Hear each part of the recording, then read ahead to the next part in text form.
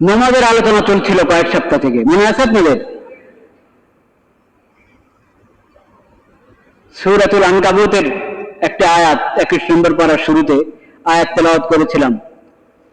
রব্বুল আলামিন বলেন, উতলু মা উহিয়া ইলাইকা মিনাল কিতাব, হে নবী, আপনার প্রতি যে কিতাব কোরআন, আল কোরআনুল কারীম অবতীর্ণ করা হয়েছে, ওহি সূত্রে পাঠানো হয়েছে আপনার কাছে যে কিতাব, আপনি সেই কিতাবের তিলাওয়াত করেন।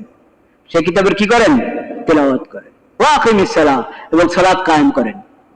ইন্নাস সালাতা তানহা আনিল ফাহশাই ওয়াল মুনকার, নিশ্চয় সালাত অশ্লীলতা থেকে এবং যাবতীয় গুনাহ থেকে, পাপের কাজ থেকে বিরত রাখে। সালাত মুসল্লিকে সকল অশ্লীলতা এবং গুনার কাছ থেকে কি বিরত রাখে। ওয়ালা যিকরুল্লাহি আকবার, আল্লাহর জিকির, আল্লাহকে স্মরণ করা, এটা তো সবচেয়ে বড় ইবাদত। আর নামাজ হলো জিকিরের মধ্যে আবার সর্বোত্তম ইবাদত। নামাজের মধ্যে আল্লাহ জিকির আছে কিনা? শুরু থেকে শেষ পর্যন্ত পুরোটাই তো জিকির। আল্লাহু আকবার থেকে শুরু হয়, সালামের মাধ্যমে কি হয়? শেষ হয়।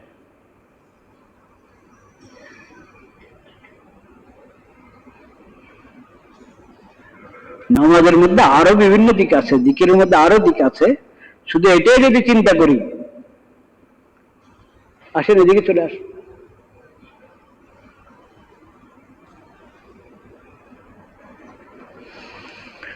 লা ইলাহা ইল্লাল্লাহ, লা ইলাহা ইল্লাল্লাহ, লা ইলাহা ইল্লাল্লাহ, ওয়ালা যিকরুল্লাহি আকবার।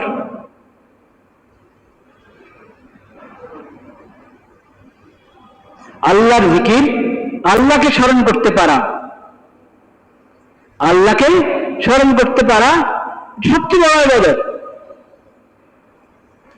আর আল্লাহ স্মরণের জন্য অনেক ইবাদত আল্লাহ দিয়েছেন। ওগুলোর মধ্যে আবার সবচেয়ে বড় ইবাদত হলো সালাত। সবচেয়ে বড় ইবাদত কি? সালাত। এই সালাতের জন্য আল্লাহ তাআলা আল্লাহর দাঈদেরকে নিয়োজিত করে দিয়েছেন। আল্লাহর দাঈদেরকে আল্লাহ নিযুক্ত করে দিয়েছেন প্রতি মসজিদে। আল্লাহর দাঈগণ ডাকতে থাকেন, আল্লাহু আকবার, আল্লাহু আকবার, আল্লাহু আকবার, আল্লাহু আকবার, আশহাদু আল্লা ইলাহা ইল্লাল্লাহ। তাওহীদ, রিসালাত, আকীদায়ে খতমে নবুয়ত, সকল বুনিয়াদি আকীদা, মৌলিক আকীদা এই আযানের মধ্যে আছে। এই আযান পূর্ণ দাওয়াত, ইসলামের পূর্ণ দাওয়াত। 5 বার তো আমরা শুনতে থাকি প্রতি নামাজের আগে। এত শক্তিশালী দাওয়াত আযান যে শয়তান বরদাস্ত করতে পারে না। আযান শুরু হলে শয়তান ভাগে।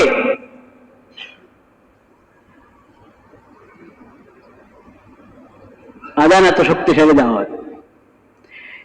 এই শক্তিশালী দাওয়াত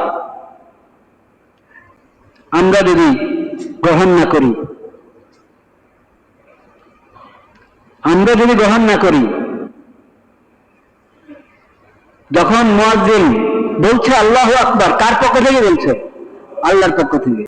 তা আল্লাহ বলছেন, বান্দা আসো, বান্দা আসো, মসজিদে আসো, মসজিদে আসো। আসলে তোমাকে আটকানো হবে না, আসো। কিন্তু আমি আসছি না, আমি তো আসছি না। এই ডাকটা তো শুধু জুমার দিন না, এই ডাক কি শুধু জুমার দিন? প্রতিদিন, প্রতিদিন, এবং 5 ওয়াক্ত নামাজে আমাকে ডাকা হচ্ছে। শুধু জুমার দিন আমাকে ডাকা হচ্ছে তা না।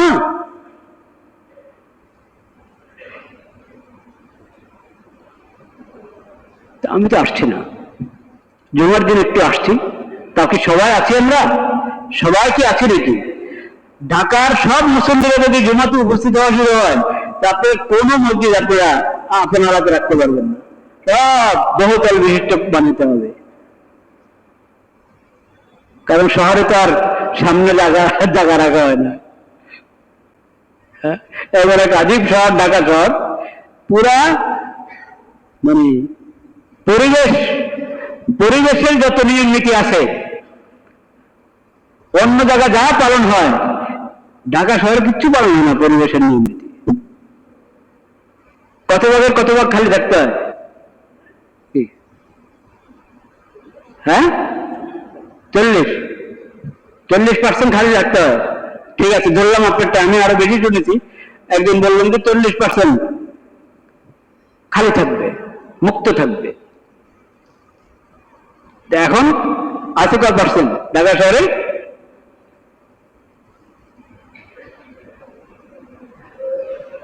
তো সব মুসল্লিরা যদি জুমার নামাজে আসা শুরু করে, অন্য নামাজের কথা বলছি না, জুমার নামাজে যদি শুধু জুমার নামাজে যদি সব মুসল্লি হাজির হয়, তাহলে ঢাকা শহরের মসজিদগুলো কখনো জায়গা হবে না, সম্ভব না। অথচ জুমাতেই সবচেয়ে বেশি মুসল্লি হয়। আল্লাহ তো ডাকছেন প্রতিদিন, প্রতি নামাজের সময়। একটা পার্থক্য আছে, অন্য নামাজ জামাত ছাড়াও যদি পড়ে আদায় হয়ে যাবে, ফরজটা আদায় হয়ে যাবে। কিন্তু জুমার নামাজ একা পড়ার কোন সুযোগ নেই, জামাতের সাথেই পড়তে হবে। কিন্তু আল্লাহ যে ডাকেন অল্প সময়ের জন্য, অল্প সময়ের জন্য উৎসাহ দেন, আগে আগে আসো, মসজিদে থাকো, জিকিরে থাকো, তেলাওয়াতে থাকো, নফল নামাজ পড়তে থাকো। আর নামাজ শেষ হওয়ার পর যতক্ষণ নামাজের জায়গায় বসে থাকবে, ফেরেশতারা তোমার জন্য দোয়া করতে থাকবে, আল্লাহুম্মা ইগফির লাহু আল্লাহুম্মা আরহামহু, আল্লাহ তাকে ক্ষমা করেন, আল্লাহ তার প্রতি দয়া করেন। যতক্ষণ আপনি নামাজের জায়গায় বসে থাকবেন, বাদাল ফরজের পরে যেই সুন্নত আছে সেই সুন্নত পড়লেন, ওই জায়গায় বসে থাকলেন, যতক্ষণ বসে থাকবেন, ওজুর হালাতে যতক্ষণ বসে থাকবেন, ফেরেশতা আপনার জন্য মাগফিরাতের দোয়া করেই যাবে, রহমতের দোয়া করেই যাবে। উৎসাহ দেওয়া হয়েছে আমাদেরকে, আগে আসো মসজিদে, নামাজ ফরজ নামাজের পরও আর থাকো। আর যদি মসজিদে কোনো তালিমের কাজ, দাওয়াতের কাজ, তাবলীগের কাজ হচ্ছে, সেখানে সময় দিবা, সেটা আলাদা একটা নেক আমল, সেটা আলাদা একটা নেক আমল। মসজিদে হতে পারে, মসজিদের বাইরে হতে পারে, যে কোনো জায়গায় হতে পারে। কিন্তু মসজিদে নামাজের জন্য অপেক্ষা করা, এটা স্বতন্ত্র একটা ইবাদত। নামাজ হয়ে যাবার নামাজের জায়গায় বসে থাকা স্বতন্ত্র ইবাদত। কিন্তু এটা ফরজ করেন না আল্লাহ তাআলা, তোমার ইচ্ছা, ফরজ করেন, অনুমতি দিয়ে দিয়েছেন। ফাইযা কুদিয়াতিস সালাতু ফান্তাশিরু ফিল আরদ ওয়াবতাগু মিন ফাদলিল্লাহ। সালাত আদায় হয়ে গেল, বের হও, আল্লাহর জমিনে ছড়িয়ে পড়ো, রিজিক তালাশ করো, হালাল কামাই করো, রিজিক তালাশ করো। কিন্তু এই যে আল্লাহর জমিনে ছড়িয়ে পড়ছো, দুনিয়ার কাজে ব্যস্ত হয়ে গেছো, সেই দুনিয়ার কাজ মুমিনের জন্য দুনিয়ার কাজ নিছক দুনিয়ার কাজ না, বরং তার দুনিয়ার কাজ যেটা, সেটা আল্লাহর বিধান মোতাবেক হবে, এটা তার কবর এবং আখিরাতে কাজে আসবে।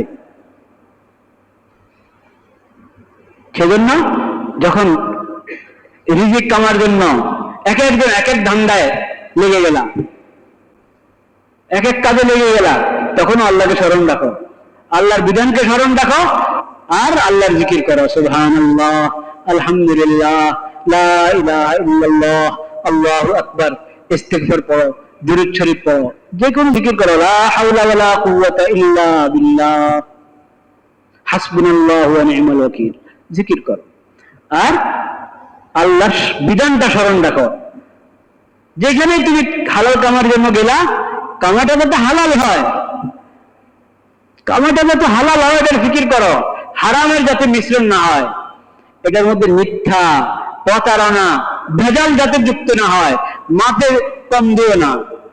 যে এইভাবে যে উচ্চ থেকে রিজিক কামছো, তোমার উচ্চটা হালাল হতে হবে এবং তোমার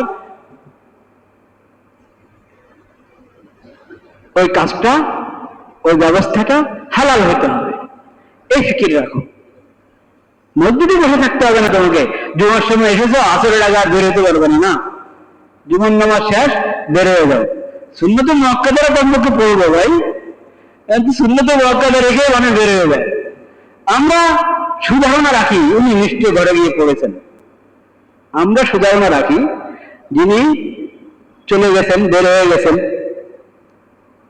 সুন্নত না পড়ে ঘরে গিয়ে পড়বেন আশা করি।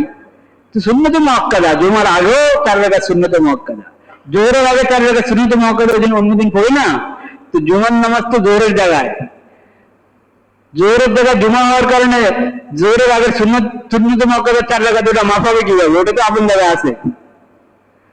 এরপরে জোহরের পরে 4 রাকাত বা 6 রাকাত, কমপক্ষে 4 রাকাত ধরেন সুন্নতে মুআক্কাদা,